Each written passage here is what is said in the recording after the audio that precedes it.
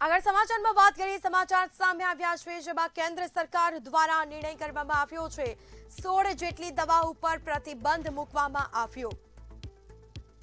તો 16 fixed dose combination દવાઓ પર પ્રતિબંધ મૂક્યો છે સરકારે। એન્ટીબાયોટિક, ડાયાબિટીસ, સ્કિન કેર દવાઓ ઉપર રોક લગાવવામાં આવી, જેમાં દવાઓનું ઉત્પાદન, વેચાણ, વિતરણ અટકાવવા માટે ખાસ આદેશ અપાયો છે। ડાયાબિટીસ, પેટના દુખાવાની પેનકિલરનો સમાવેશ કરવામાં આવ્યો। આપણી સાથે સંવાદદાતા અનિતા પરમાર લાઈવ જોડાઈ ચૂક્યા છે। જી અનિતા, કેન્દ્ર સરકાર દ્વારા 16 જેટલી દવાઓ પર પ્રતિબંધ મૂકવામાં આવ્યો છે, કેમ પ્રતિબંધ મૂકવામાં આવ્યો છે, શું વિગતો? જી સ્મિતા, કેન્દ્ર સરકાર દ્વારા અત્યારે હાલ 16 જેટલી ફિક્સ્ડ દવાઓ જે હોય છે, કોમ્બિનેશન દવાઓ, તેના ઉપર અત્યારે હાલ પ્રતિબંધ મૂકવામાં આવ્યો છે। આ દવાઓ જે છે તે માનવ સ્વાસ્થ્ય માટે હાનિકારક હોવાનું સામે આવ્યું છે। તેના કારણે થઈને અત્યારે હાલ સુપ્રીમ કોર્ટના આદેશ બાદ કેન્દ્ર સરકારે આ મોટો નિર્ણય લીધો છે।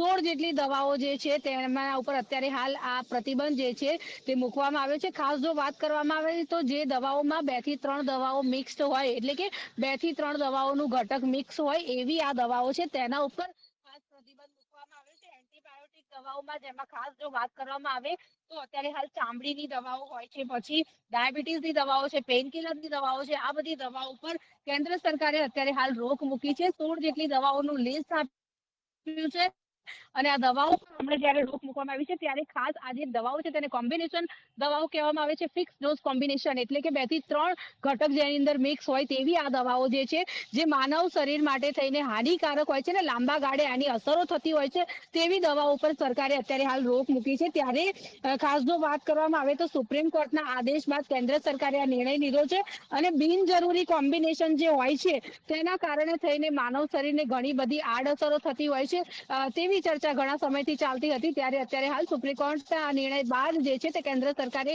તમામ 16 જેટલી આ દવાઓ જે છે તેમાં ખાસ જો વાત કરવામાં આવે તો એન્ટીબાયોટિકની દવાઓ, ડાયાબિટીસની દવાઓ છે, સ્કિન કેરની દવાઓ, એવી ટોટલ 16 જેટલી દવાઓ જે છે તેના ઉપર અત્યારે હાલ જે કેન્દ્ર સરકારે રોક મૂકી દીધી છે। એટલે હવે આ દવાઓનું જે વિતરણ જે છે તે થંભાવી દેવાનો નિર્ણય જે છે તે કરવામાં આવ્યો છે। એટલે કે આની જે બનાવટ હોય છે તે અને વેચાણ ઉપર અત્યારે હાલ સરકાર દ્વારા પ્રતિબંધ મૂકવામાં આવ્યો છે। એટલે કે હવે બજારોમાં આ જે દવાઓ જે છે તેનું વેચાણ નહીં થઈ શકે।